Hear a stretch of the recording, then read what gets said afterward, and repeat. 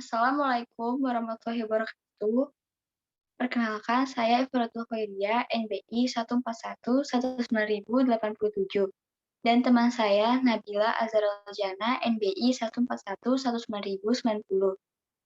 Di sini kami akan mempresentasikan hasil observasi proyek kami.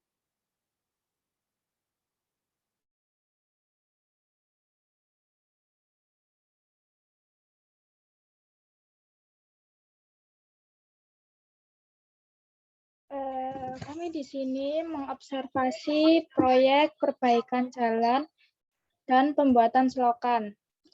Proyek itu adalah suatu rangkaian pekerjaan yang diadakan dalam selang waktu tertentu dan mempunyai tujuan khusus. Salah satu proyek perbaikan jalan dan selokan. Proyek perbaikan jalan dan selokan merupakan pembangunan dari infrastruktur lingkup RT. Proyek ini tuh beralamat di Desa Ngayung, RT 3, Kecamatan Maduran, Lamongan, dengan ukuran jalan panjang 55 meter, lebar 3,2 meter, dan ketebalan 0,1 meter. Sedangkan untuk ukuran selokan dengan panjang 55 meter, lebarnya 0,35 meter, dan kedalaman 0,25 meter. Proyek tersebut telah dimulai pada hari Senin 29 Maret 2021 dengan 3 tukang dan 2 pekerja kuli yang merupakan warga Desa Ngayung sendiri.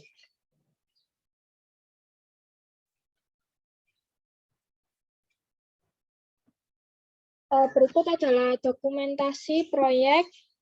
Yang pertama, bahan material proyek. Dokumentasi ini diambil pada tanggal 29 Maret 2021. Selanjutnya adalah bahan material proyek.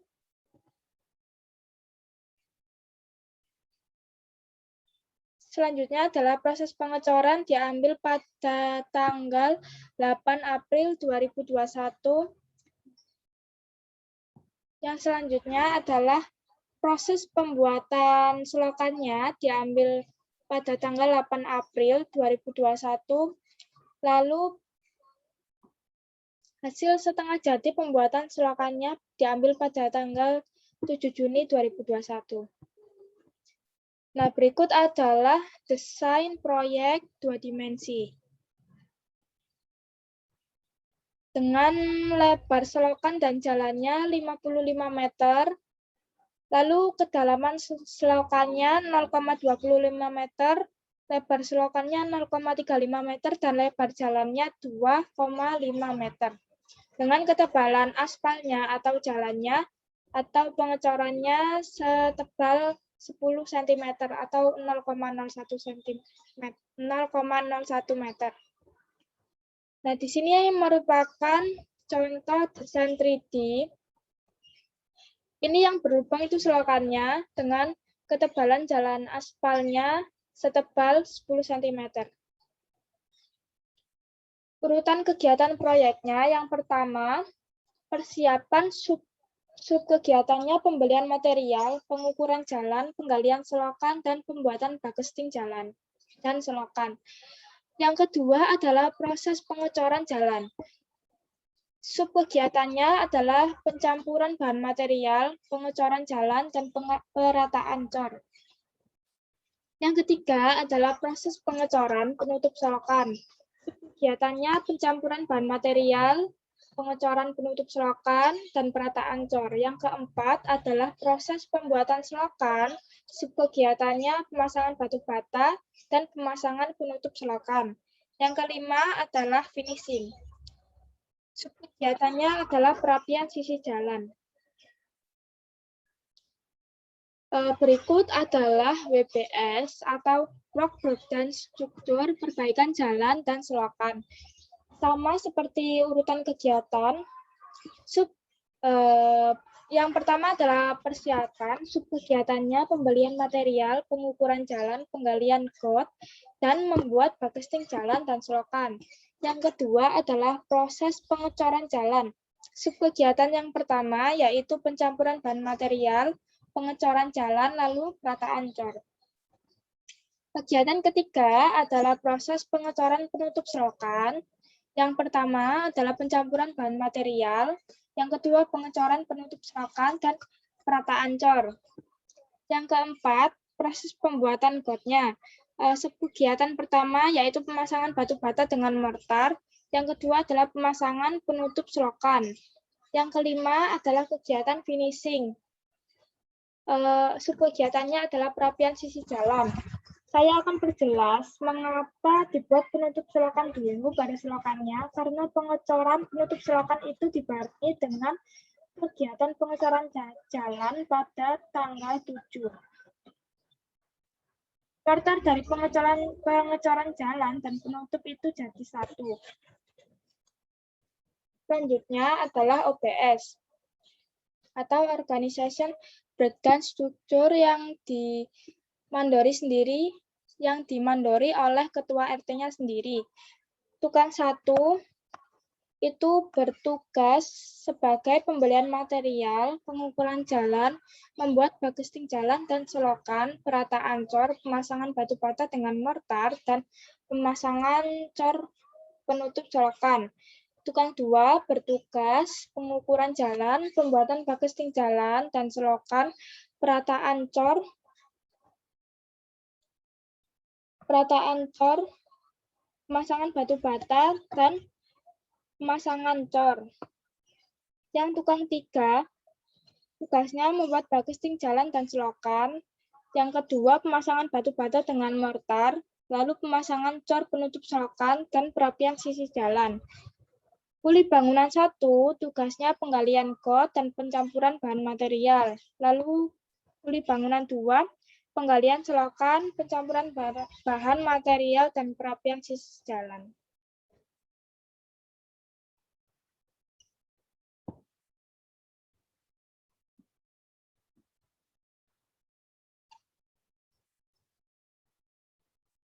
Work package yang akan dijelaskan oleh teman saya. Untuk detail pekerjaannya, yang pertama itu ada persiapan. Tanggal mulainya itu 29 Maret sampai 6 April 2021. Estimasi waktunya itu 8 hari. Jumlah tenaga kerjanya itu 5 orang, diantaranya tukang dan kuli bangunan. Lalu untuk yang selanjutnya itu ada proses pengecoran jalan, tanggal mulainya itu 7 April sampai 12 April 2021. Estimasi waktunya yaitu 4 hari, jumlah tenaga kerjanya yaitu 3 orang, tukang dan kuli bangunan.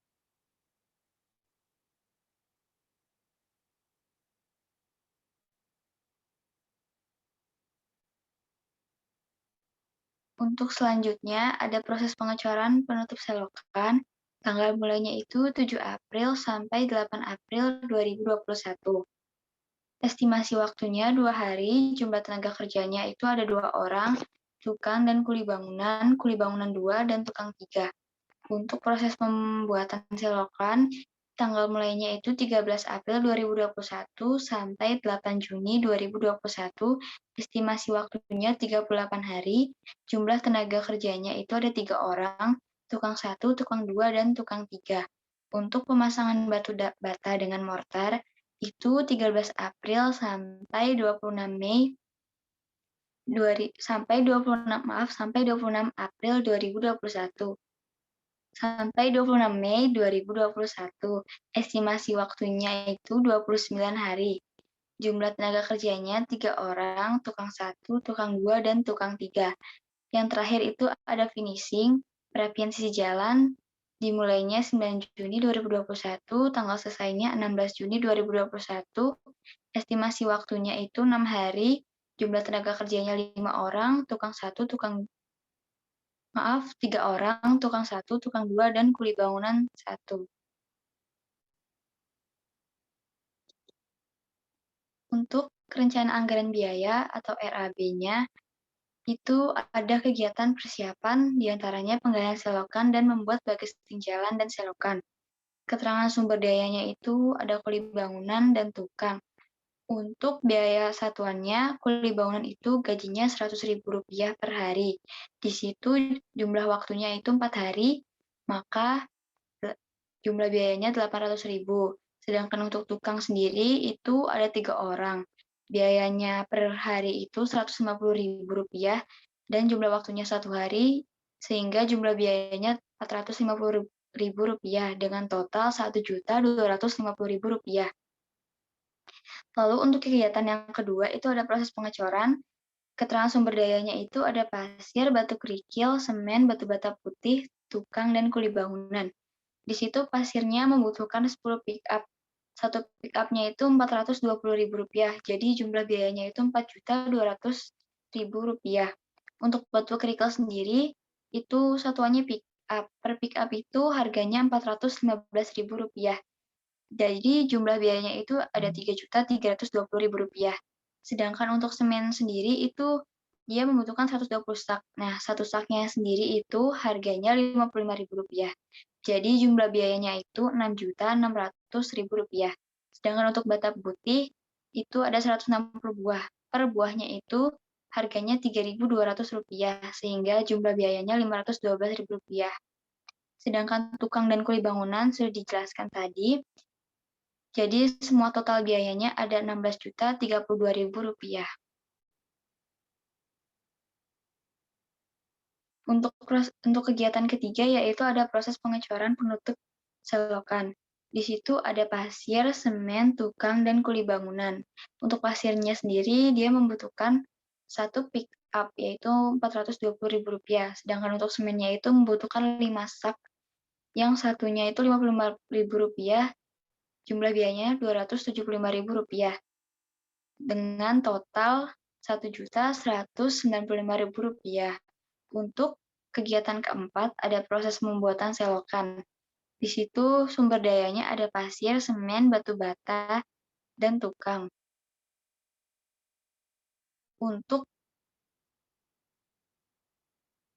jumlah biayanya itu ada Rp840.000, Rp1.375.000, Rp1.375.000, Rp13.050.000, dan Rp4.050.000.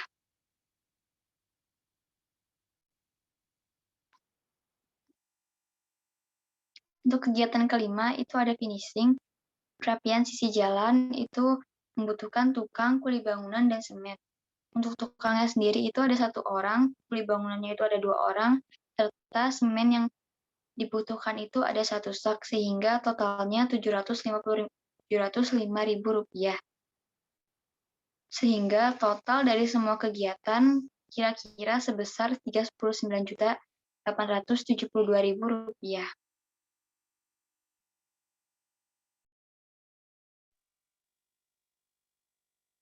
Untuk Gantt chart-nya sendiri, kegiatan A itu ada pembelian material, kegiatan B ada pengukuran jalan, kegiatan C penggalian selokan, kegiatan D membuat bagasing jalan dan selokan, kegiatan E proses pengecoran, kegiatan F proses pengecoran penutup selokan, kegiatan G ada pemasangan batu bata, kegiatan H ada pemasangan cor penutup selokan, dan yang terakhir ada perapian sisi jalan.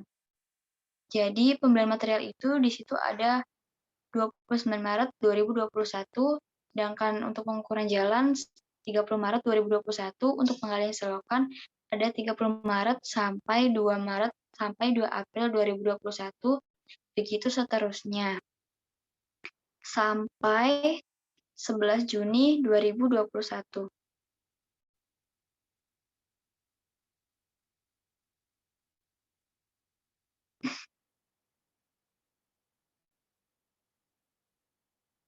Lalu ada networking proyek, ada AON. Untuk kegiatan A, di situ tidak ada aktivitas yang mendahului, sedangkan untuk durasinya sendiri ada 1 hari. Sedangkan untuk kegiatan B, itu aktivitas yang mendahulunya itu ada kegiatan A, untuk durasinya itu ada 1 hari, begitu seterusnya sampai perapian sisi jalan. Aktivitas yang mendahului yaitu aktivitas H, durasinya itu 3 hari. Untuk perhitungan maju mundur sendiri, di situ ada pembelian material, pengukuran jalan, penggalian selokan, membuat bagasing jalan dan selokan, proses pengecoran penutup selokan, pemasangan batu bata, pemasangan cor penutup selokan, perapian sisi jalan.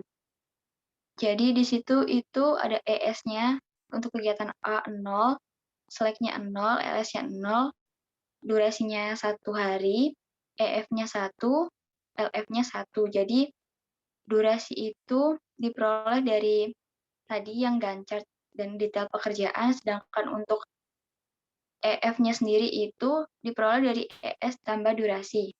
Untuk LF sendiri itu ada perhitungan mundur yang diperoleh dari kegiatan sebelumnya. Sedangkan LS sendiri, LF dikurangi durasi. Sehingga diperoleh lintasan kritis kegiatan A, C, D, E, G, dan H, dan I dengan total durasi 52 hari kerja.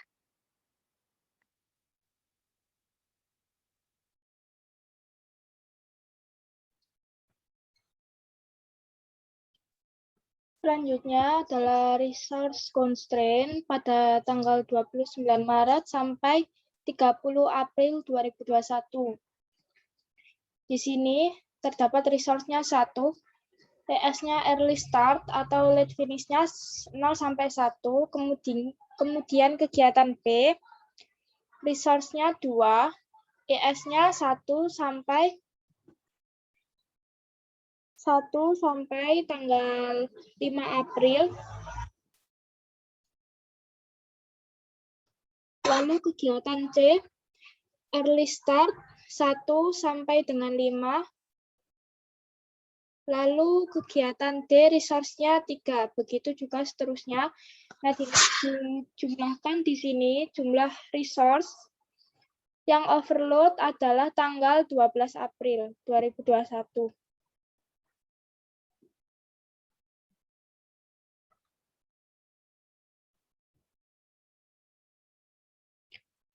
Lalu ini resource constraint pada tanggal 1 Mei sampai 11 Juni, tidak ada overload. Maka kita akan setarakan dengan cara menggeser slack yang paling rendah. Tadi itu slack yang paling rendah itu 2, jadi digeser menjadi 1. Lalu 2 di sini digeser. Kegiatan F itu mempengaruhi kegiatan G, H, dan I. Jika kegiatan F digeser, maka kegiatan G, H, dan I juga ikut tergeser.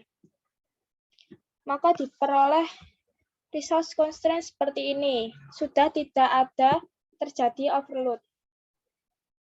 Begitu juga pada tanggal 1 Mei sampai dengan 11 Juni.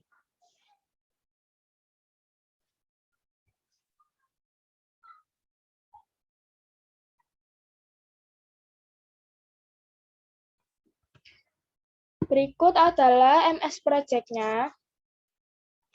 Di sini ditemukan lintas kritisnya pada jalur A, C, D, E, G, H, dan I. Lalu kegiatan F dan B merupakan bukan lintas kritis dengan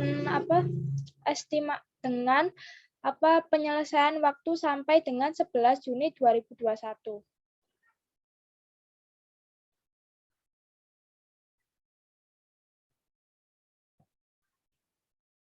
Jika proyek ini dipercepat dalam 49 hari, berapa biaya yang harus dikeluarkan?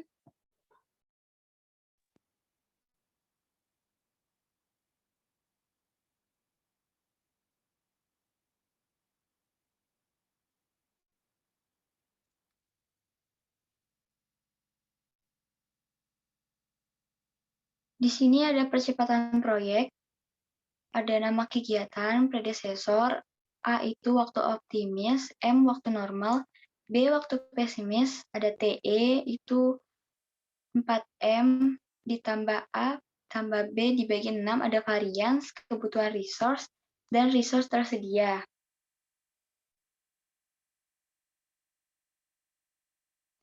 Ada pembelian material, di situ waktu optimisnya 1 hari, waktu normalnya 1 hari, sedangkan waktu pesimisnya itu 2 hari, diperoleh TE-nya 1,116.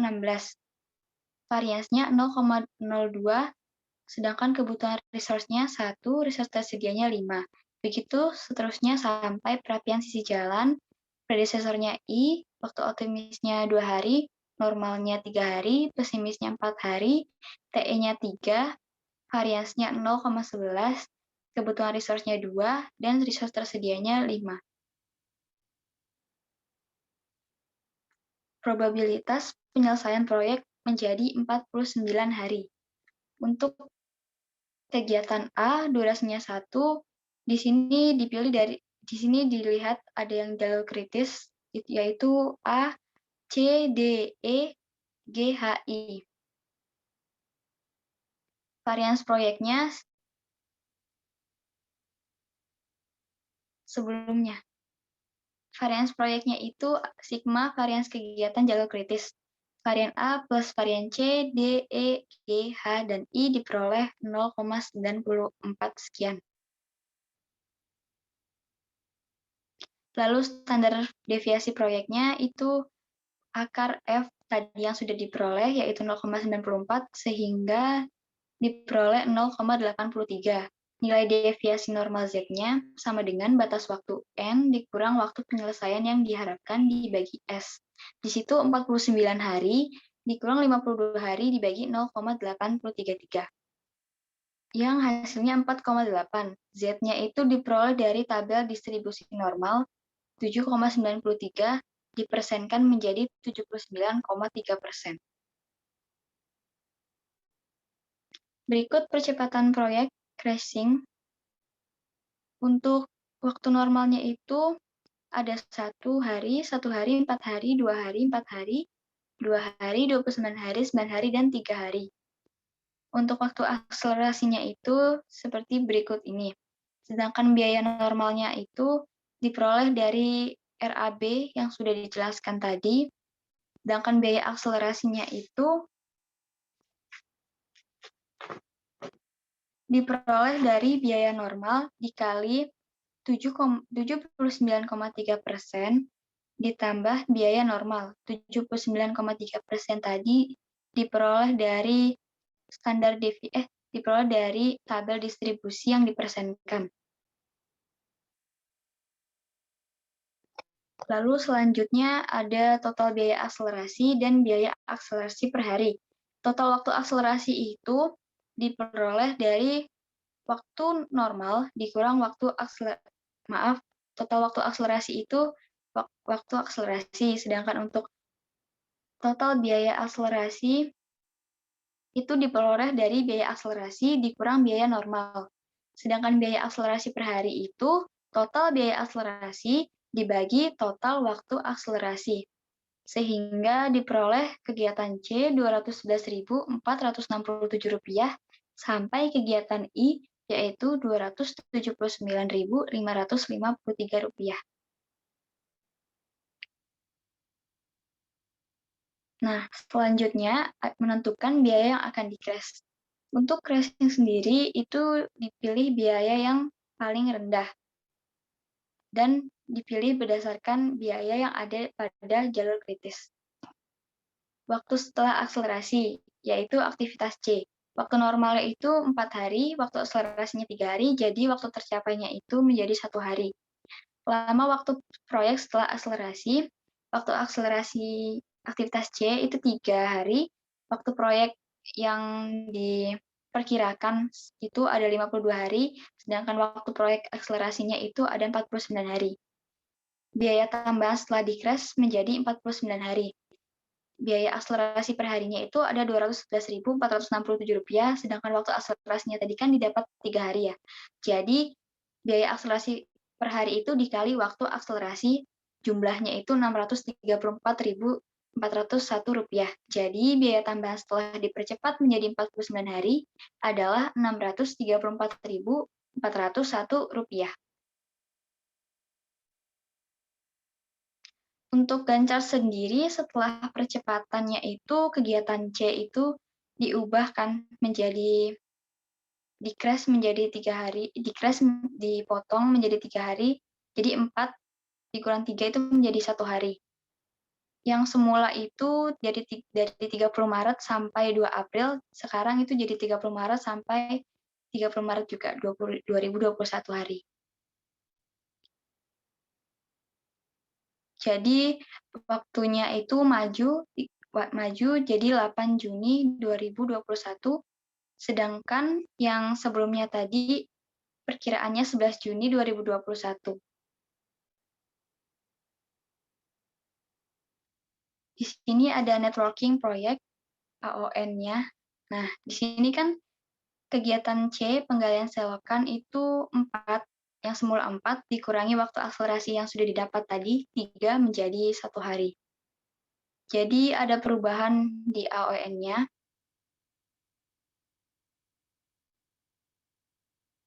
Nah, ada perubahan di AON-nya, kegiatan C menjadi 1 hari, maka didapat lintasan jalur kritis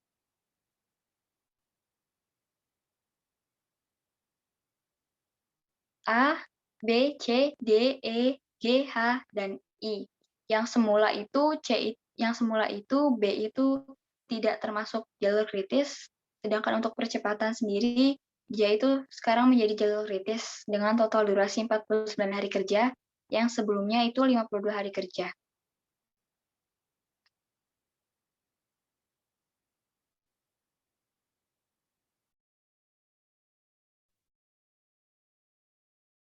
Resource constraint sama seperti tadi. Ini resource-nya 1, ES-nya early start 0 sampai 1, jadi tanggal 29 Maret sampai 30 Juni. Lalu early start kegiatan B 1 sampai late finish-nya 2, jadi tanggal 30 sampai 31 Juni, begitu juga seterusnya. Lalu ditentukan slack terkecil, yaitu 2. Lalu jika F digeser, maka G, H, dan I juga ikut tergeser.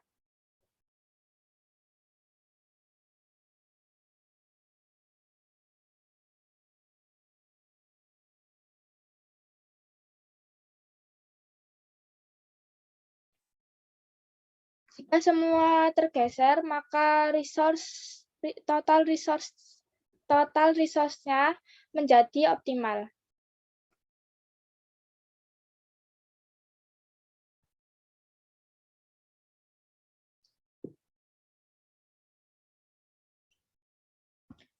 Nah, di sini MS Project-nya, setelah percepatan, tadi ada perubahan pada jalur kritisnya, yang semula B itu bukan jalur kritis, setelah percepatan menjadi jalur kritis. Tadi sebelum percepatan, tanggal selesainya sampai tanggal 11 Juni, setelah dipercepat menjadi maju 3 hari jadi 8 Juni 2021.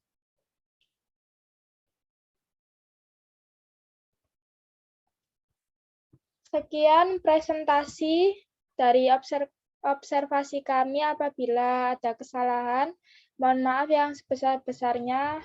Wassalamualaikum warahmatullahi wabarakatuh.